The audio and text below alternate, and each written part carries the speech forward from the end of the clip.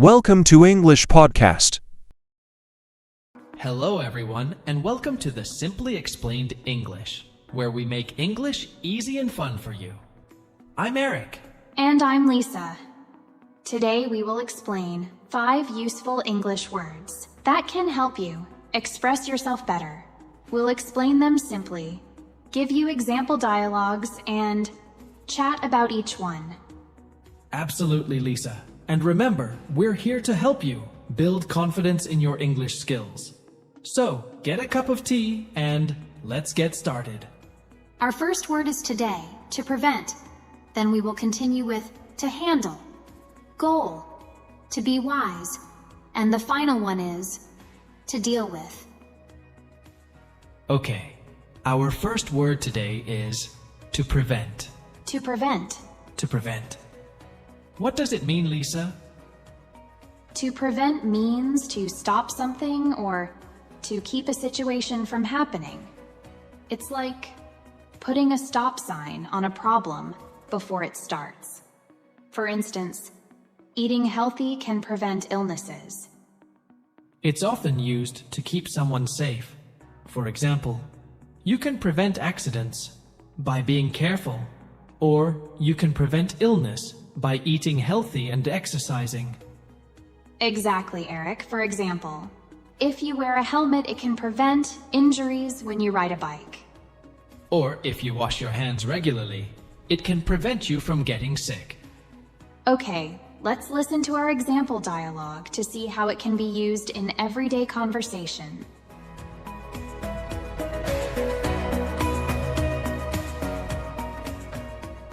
I heard the weather will be really bad tomorrow. How can we prevent any damage to our garden? Good question, Lucy. We can prevent damage by covering the plants. It's all about being prepared. Great idea. Let's do that. Preventing problems now can save us a lot of trouble in the future. Absolutely. A little effort to prevent possible problems can make a big difference. This dialogue shows some simple steps can be safe and prevent problems from happening. This really shows the power of preventing, Lisa. Absolutely. Have you ever done something to prevent something from happening, Eric? Yes, I have. I once made a copy of all my work files on a portable drive so that I wouldn't lose them if my computer crashed. This was a good step to take to prevent file loss. Lisa, how about you? I'm similar. I always check the weather forecast to prevent getting wet in the rain. It's a simple but effective method. These are great examples of how to use to prevent in our daily lives.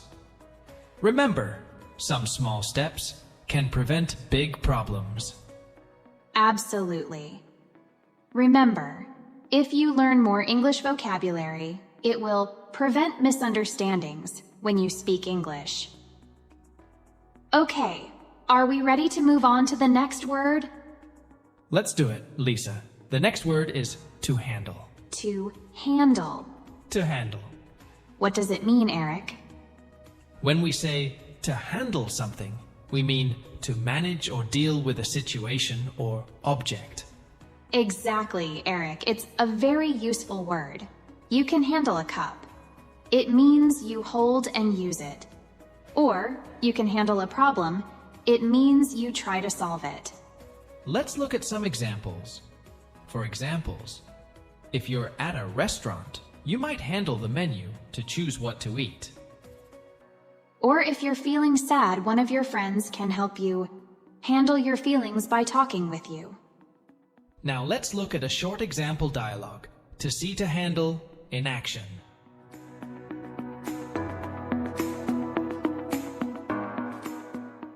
Hey, Jane, can you handle these documents? They need to be finished by the end of the day. Sure, Mark. I'll handle it. After that, can you help me handle the meeting arrangements for tomorrow? Absolutely, Jane. We make a great team when we handle tasks together. That was a perfect example of using to handle in different situations. Yes, it showed us. How to handle can mean dealing with tasks or situations.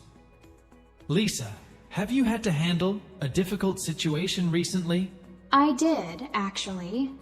Last week, my neighbor's cat climbed up a tree and couldn't get down. I had to decide how to handle the situation. So, I called a friend who's good with animals, and we safely got the cat down together. That's a great example of handling a difficult situation. And it's important to remember, if you ask someone for help, it can be a good way to handle things. Absolutely. Before we move to the next word, remember to try using to handle in your conversations. Now let's talk about our next word, goal. Goal. Goal. A goal is something you want to do. For example, to read a book every month or to learn a new language might be one of your goals. That's right, Lisa. Goals can be big or small. Remember, we can use goal in different ways, but the meaning of it is always about doing something. Right, Eric. Goals can be big or small as well. For example, you might want to speak English fluently, or small. You might want to learn 5 new words a day. Now, let's listen to a short example of dialogue.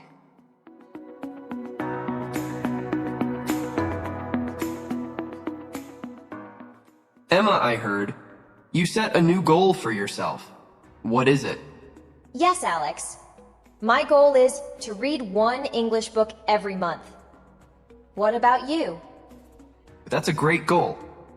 My goal is to run a marathon next year. It's going to be tough, but I'm excited. We can help each other stay motivated. Reaching goals is easier together. Absolutely. Let's check in on our progress every week. I love that dialogue, Lisa. Alex has set a personal goal to run a half marathon, and Emma offers to help her achieve it. It's wonderful how goals can also motivate us. Exactly, Eric. Setting some goals helps us to focus and work for something important. Do you have any personal goals you're working on right now? Yes, I do. My current goal is to improve my cooking skills. I've been trying out new recipes every weekend. It's hard, but it's nice to see my improvement. That's a great goal, Eric. It also shows that goals aren't just results. They allow us to improve ourselves. It's great to have goals, isn't it? They motivate us to go forward and improve ourselves. Yes, they do. And remember, listeners, if you have goals for your English, it can make a big difference. Start with simple goals and make them bigger, slowly. Okay, let's move on to the next word. To be wise. To be wise. To be wise. What does it mean, Lisa? It means to make good decisions with good information and experience. It is about making good choices. It's not just about knowing a lot, but also about using that information in a clever way. For example, it's wise to save money for unexpected expenses. That's it. Being wise also means to think about the future, not just now. Like, the sky was clear, but she was wise to bring an umbrella. Or it's wise to listen carefully before speaking. This will help you understand better and make better responses. Let's check out our example dialogue that shows how to be wise can be used in daily life.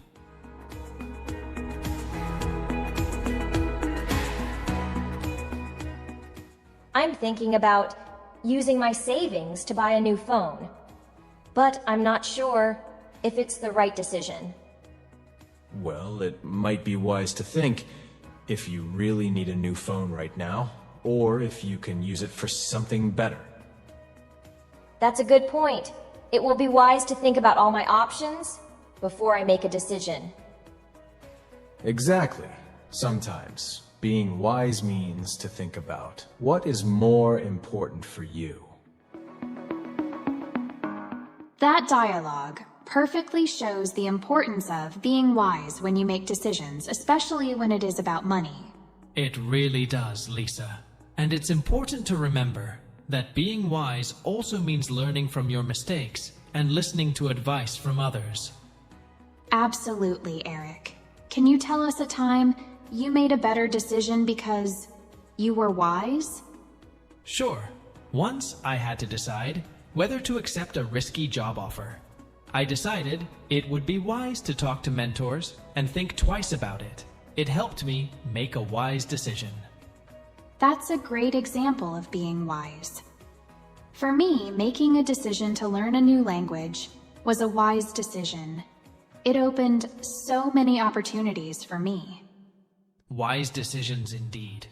Listeners, think about how you can be wise in your daily life when you learn, work, or live relationships. As you continue to learn English, you can make a big difference in your life if you are wise about your decisions. Okay, it's time to move on to our last important word, to deal with. To deal with. To deal with. What does it mean, Eric? To deal with means to take action to solve a problem or manage a situation. For example, I have to deal with a lot of emails at work. Or if you're feeling upset, you might deal with your feelings by talking to a friend or going for a walk. Or, as a teacher, I deal with students of all ages. That's a good example, Eric. It can also mean to accept and handle a difficult situation. For example, after the storm, the town had to deal with many fallen trees. Let's listen to a dialogue showing how to deal with can be used.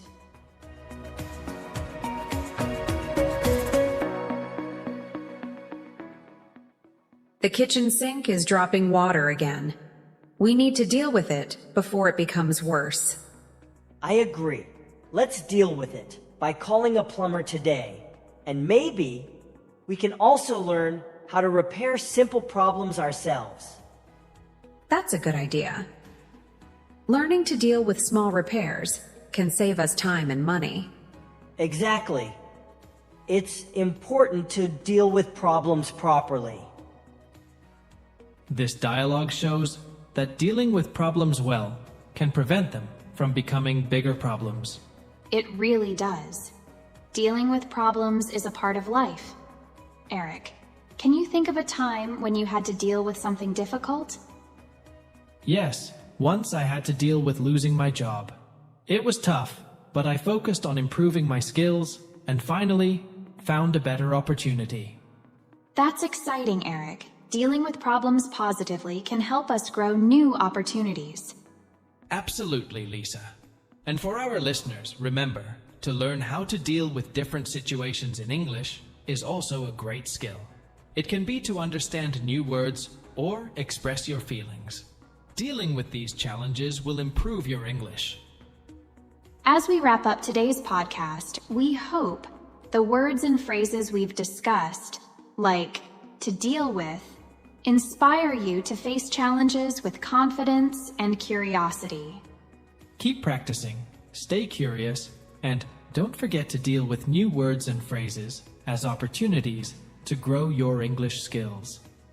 Thank you for joining us on this journey today. We're excited to see how you use what you've learned. Until next time, goodbye. Keep learning and dealing with English in the best way possible. Bye, everyone.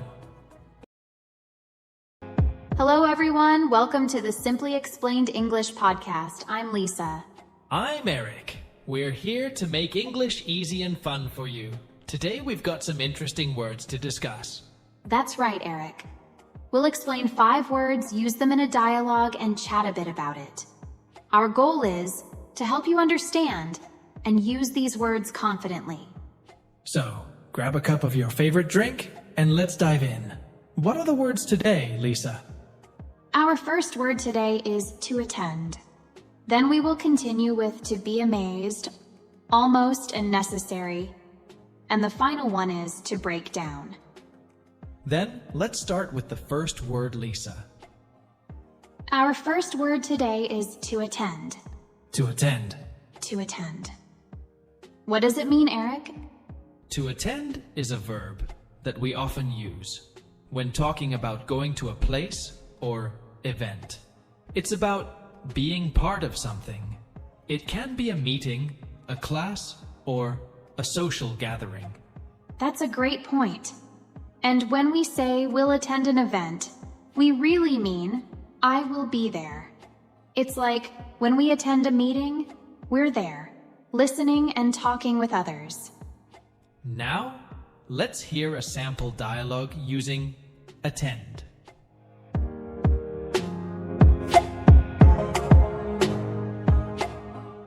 Good morning, class. Today, I want to remind you about the science fair next week. It's important for everyone to attend. Miss, what if someone can't attend the science fair? If you can't attend, please let me know in advance. But it's a great opportunity to learn and show your projects. In this dialogue, the teacher is emphasizing the importance of attending the science fair. It's an event where students can learn a lot and show their work. Yes, and attending events like these can be very rewarding. Eric, why do people attend events? People attend events for many reasons. They might want to learn something new, enjoy themselves, or support someone they care about. And what should we remember to do when we attend something? It's polite to arrive on time and to pay attention to what's happening. If it's a class or a meeting, you might also need to participate. Great points, Eric. Can you think of a time when attending is very important? Yes. For example, it's very important to attend a job interview because it's your chance to make a good impression. That's true, and can you tell us about a time you were happy you attended something? Sure. I was really happy when I attended my cousin's wedding. It was a beautiful ceremony, and I got a chance to see a lot of my family. And attending events is also a good way to meet new people and make friends. True. It's important to remember that to attend can mean physically going to a place. But these days, you can also attend events online, like webinars or virtual parties. That's a good point, Eric. The word attend can be used in many situations, whether it's in person or online. Attending events is a part of our lives. That sounds wonderful. Attending special events can make lifetime memories. Definitely. And that's all for to attend. Remember, listeners, to attend means to go to an event, place, or meeting. Okay. Let's move on to the next word. It is to be amazed. To be amazed. To be amazed. What does it mean, Lisa? It means to be very surprised or impressed by something. Exactly, Lisa. When you see or learn something incredible, you can say you're amazed by it. Like, I was amazed by the beautiful sunset. That's a great example, Eric.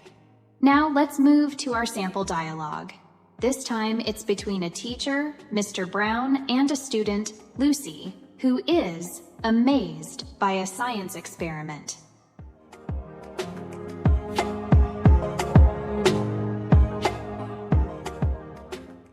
Today, we're going to see a volcano experiment. Wow, I can't wait. That was incredible, Mr. Brown. I was amazed by how it looked, just like a real volcano. I'm glad you found it amazing, Lucy. Science has many wonders to explore. That dialogue really shows how you can use to be amazed in a conversation about something impressive. Lisa, have you ever been amazed by something you didn't expect to be? Oh, definitely. I was amazed by how delicious a simple homemade cake tasted when I first tried baking. What about you, Eric? For me, it was the first time I saw snow. I grew up in a warm climate, and I was truly amazed by the beauty of snow. It's interesting how different experiences can amaze us. Being amazed can make us feel happy and excited about the world around us. Absolutely, Lisa. And it's more special to talk about times when we were amazed. True. Whether it's a natural wonder, a piece of art, or a scientific discovery, there are many possibilities to be amazed every day. Okay, Lisa, let's move on to the next word. It is almost. Almost. Almost. It's an adverb that means nearly or not quite something. That's right, Eric. For example, if you say, I have almost finished my homework, it means you're close to finishing, but not completely done yet. Or, we were almost late to the movie, but luckily, it started a few minutes after we arrived. Another one. I've almost read all the books in the series. I just have one more to go. Yes, let's hear it in a sample dialogue. Imagine Sarah and Tom are talking about a race they ran.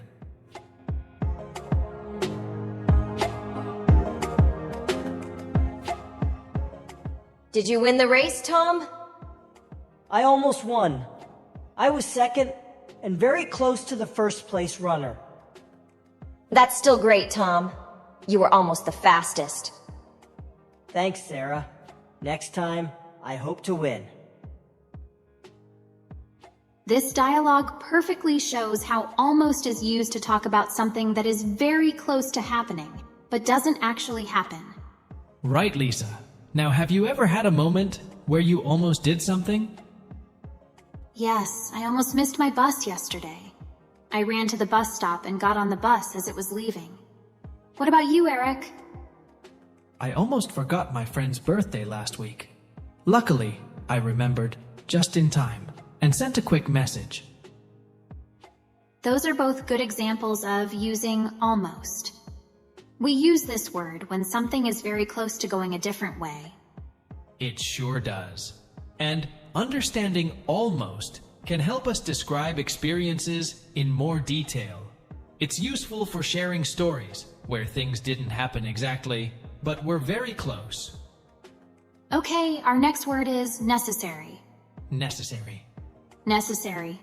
What does it mean? It's an adjective that means something is needed. You can't do without or skip it. It's essential. Exactly, Lisa. For example, water is necessary for life, or it's necessary to eat healthy food to stay strong. And in English, we often use necessary to talk about things that are important in different situations. For example, it's necessary to have a passport when you travel to another country. Now let's dive into a sample dialogue to see this word in action.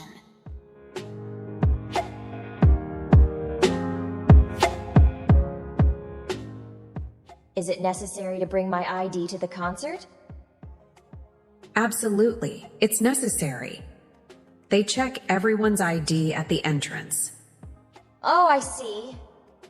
Is it also necessary to bring cash? Or will a credit card work? A credit card should be fine, but it's necessary to have some cash, just in case.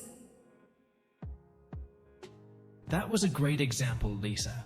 It showed how something could be necessary when you go to a concert. Yes, Eric, and it's simple to understand.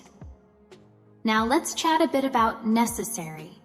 Eric, can you think of something that's necessary for you every day? For me, drinking coffee in the morning is absolutely necessary. It helps me wake up. What about you, Lisa? Oh, for me, it's necessary to read a book before bed. It helps me relax. Interesting. It's funny how necessary can mean different things for different people, depending on their habits or situations. Exactly, Eric. Sometimes necessary is used to describe rules or things you must do. For example, it's necessary to wear a helmet when you ride a bike. Right. That's about safety. It's necessary to follow rules to keep everyone safe. Do you have any questions about necessary, Eric? Just one. Can necessary also mean something is very important, not just needed? Good question. Yes, it can. Saying something is necessary can also mean it's very important for a purpose, like Studying is necessary to pass the exam, or exercising is necessary to be healthy. Okay, got it. That makes sense. Thanks, Lisa. You're welcome, Eric. Let's move on to our last word. It is to break down. To break down. To break down. This phrase means when something does not work properly. It's very common to use this when talking about machines or cars. Right, Eric? That's right, Lisa. When something breaks down, it stops working. It's a useful phrase to know. Should we give our listeners an example dialogue to help them understand it better? Great idea. Let's set the scene. Imagine Sarah's car breaks down on her way to work.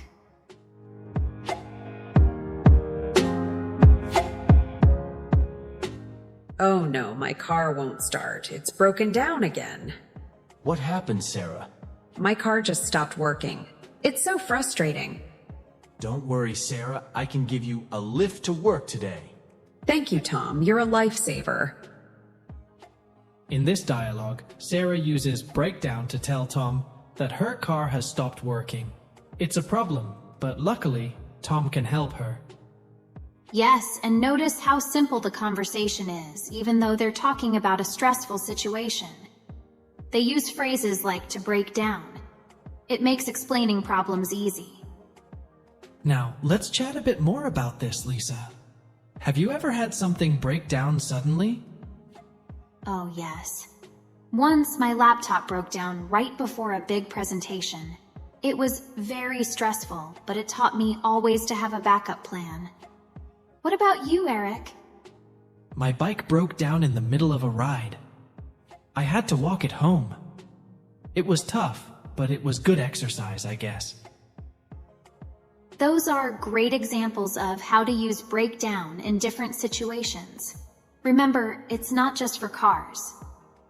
Anything that stops working properly can break down. If your home's heating system stops heating in winter, you could say, "The heating system broke down last night and it was so cold." This shows the system is not working properly. Exactly, Lisa. Well, I think we have reached the end of our podcast. Okay, listeners, thank you for joining us today on the Simply Explained English podcast.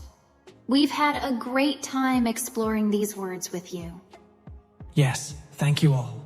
Remember, learning English is a journey, so be kind to yourself and stay curious.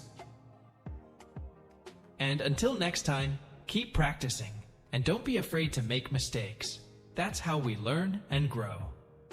Goodbye and keep being amazed by the English language. Bye, everyone. See you in the next episode.